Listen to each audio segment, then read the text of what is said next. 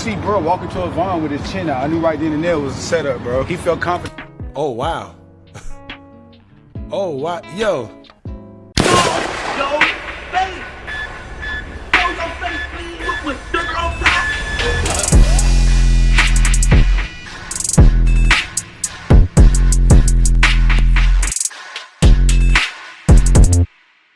Alright, y'all, I found this video very interesting. It's pretty much a guy who claims he was a cellmate with King Von back when he got locked up for punching the Uber driver, and he had some very interesting words to say about King Von. That was crazy because the way he speaks so passionate about King Von, I tell y'all all the time, his energy was just different. It was unmatched. And it's crazy because as you look in the comments right here, somebody says, not even dude homies from the block talked about him like this. And y'all gonna see what he meant when you watch the video. He pretty much talked about how Von was and how good of a person he was. But it's funny because whenever you hear about King Von, you don't hear nothing positive. Like literally nothing positive. And we know what he's been accused of. We know what they said he did. But y'all gotta remember too that these guys, no matter who they are, they got family. I know somebody's gonna get in the comments and say, well, he was this, he was that, he did this to them and no remorse. I get it, right? But I'd rather try to show a different light. Like I said, I found this video interesting of this guy. He talked very highly of King Von, and he told us a couple things that some of us may or may have not known. So we're going to get into it. I want you guys to hit that thumbs up button so we can get this video into the algorithm. And if you're not subscribed to the platform already, make sure you do so now. Let's get into it. I was Von's cellmate in 2019 when he got locked up the second time. It's on records in Fulton County. Oh my God, for real. Damn! Von knew me as Pop. First time he got locked up with Dirt for the incident that happened on North Ave. I was locked up with him when he got punching the Uber driver in the nose. My exact words to Von, and I'm not lying, was, bro, don't fight nobody down here, bro, cause scared nigga kill you. You hear what he just said? And that's the God honest truth, especially in Atlanta. If y'all know anything about Atlanta, guns are very rampant. Guys are just shoot first. Down there is straight. There's no fighting. Yeah, you might fight, but it's very rare. You bound to see somebody shoot way before you see somebody swing a fist. And these guys literally carrying, y'all know what's all type of guns out there these days. Dracos, the 30s with the 100 clips and the million clips. It's all type of guns. So these guys are shooting to kill these days. It's not like they shooting to, you know, get you off them or back up. Nah, these guys are shooting to kill. Headshots, body shots, all type of stuff. But listen to what he says. Von, I'm not lying, was, bro, don't fight nobody down here, bro, cause scared to kill you. We just bumped into you random as hell. Genuinely didn't know Von was no rapper, didn't know that he was who he was. When they moved me and Von for classification, they called his name out the line first. Like some little coming back from the gym, they saw him in the window, and the little nigga like, oh shit, that's King Von. But I still didn't know he was as popular as he was. All them niggas came rushing the window, beating the window like, oh shit, put Von over here. So Sergeant Lee was like, but me and Von, like I said, we got real close. I made a real connection with little brother. Everybody talking about he going to hell. I know this much. Von had a heart, and that's for my spirit, as you see. I don't know who raised him. But like I said, we sat in that cell and we talked. We met genuinely. Didn't know he was no rapper. Didn't know he was freshman of the year, none of that till he told me. He told me he made like 10 bands off of YouTube views a month and all that. Every day I walk past it, I think about that, bro. And like the conversation. Now, once again, like I said, when you hear that somebody did something, no matter what it was, man, we just hear things. We don't really see these guys. We don't know their heart. We don't know them personally. We judge a lot of these celebrities or entertainers or whoever influencers. We judge them based off what we see and what we're told. But if you have a genuine relationship with some of these guys, whether, like I said, you're an athlete or anybody, no matter what you did, right? It don't make you a horrible person. Like I know y'all gonna get in the comments and be like, yo, they say he did this. How you gonna say that a horrible person? He took people's lives. You got police officers that take people's lives, right? Right? You got guys getting executed all the time. And I know, like I said, I know y'all gonna get in the comments, oh, he did this, it's different. I get it, man. But the whole point of this whole situation, what I'm trying to say is, don't just go off of what you hear, you know, what you're being told, right? Some people really have a heart of gold despite the stuff they're accused of and despite what they done did in their past life or whatever. Conversations we had, and I see his daughter, True, she looked just like him, and I got a little girl. My little girl looked just like me. I know when me and bro talked, it was real. I know that much. He was a real dude. Like, I know this about Von, and y'all know this. He don't with everybody.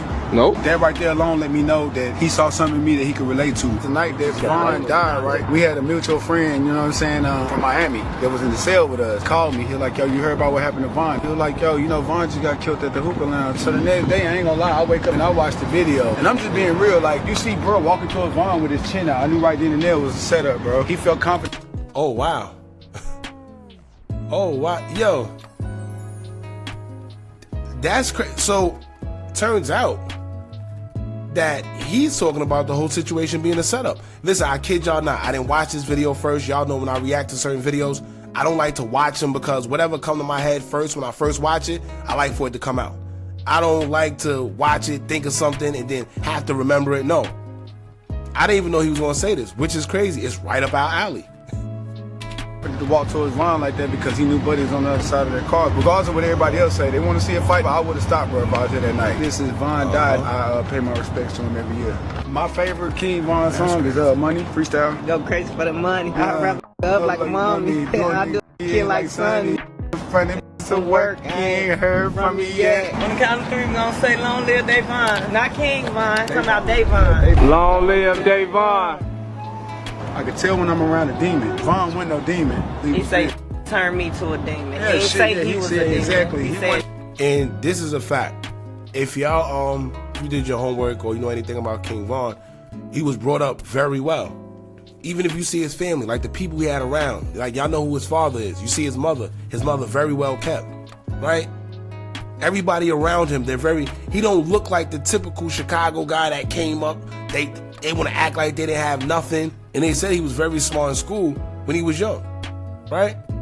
It's a lot of times it's the situation, right? It's your environment. That's why they say one of the number one things, if you ever went to any AA meetings or if you ever went to therapy and you tried to seek help, the first thing they tell you, one of the first things is you have to remove yourself from your environment if you want to grow. Sometimes people outgrow their environment. Sometimes people get sucked into the environment and they become something that they wasn't, but based on the environment, it forces them to be something that they have to be. In the drill culture, especially back in the early 2000s, it was one of those situations where you either took a life or your life was took. Kill or be killed, right? You either gonna be the prey or you're gonna be the predator. Unfortunately, this is the environment they were in, and they were kids, right? So imagine kids having access, kids that brain haven't even developed. Imagine them having access to big guns and all type of stuff. What could you tell them? In a situation where it's either kill or be killed. Turn me into a demon. But I walk past here, and when I do this for Vaughn every day. That was my guy, like I said, for real. I mean that. I ain't just saying that for clout. Vaughn, pin his head back, he'd sit at the top of the steps, you know, and he'd just be observing everybody. He worked out, you know what I'm saying, but he mainly be working out like in his room type shit. I was locked up with Vaughn the second time. He told me. He still had the ankle monitor thing on, you know what I'm saying, from the first time. He was like, damn, Dirk just bonding me out for 10 racks. He was trying to help a person and ended up punching an Uber driver and ended up in jail. Yo, he was paying about 50. I didn't even know that, which is crazy.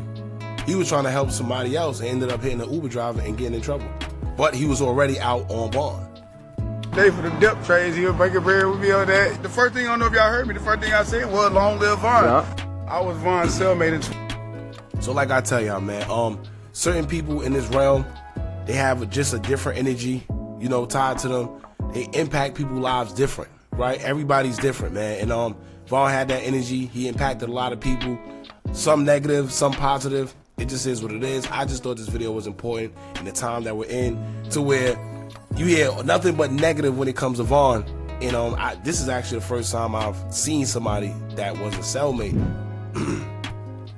And this is the first time I actually seen somebody, you know, shed light in a positive way on Vaughn, aside from the family. You know, everybody want to call him a demon, or he did this. That's all you hear, right? So that's all everybody is bound to say. But this is actually dope, man. And it just shed a different light on Vaughn. Rest in peace, King Vaughn. A lot is coming out. Like I told y'all before, I didn't even know that he said that. I didn't even know that he was saying that the whole thing was a setup, which is crazy because y'all know what we always say, man. But that's another story. His family has been coming out recently saying a lot that we kind of already knew, but you know, it's different coming from the family because now it's not just a conspiracy theory, whereas a lot of people say that when it comes to us. Alright, y'all jump in the comments, let me know what y'all think about this. Don't forget to like, comment, share, and subscribe. Hit that bell so you're notified every time we drop new content. Remember, as long as you keep on watching, I'ma keep on dropping. And I'm out.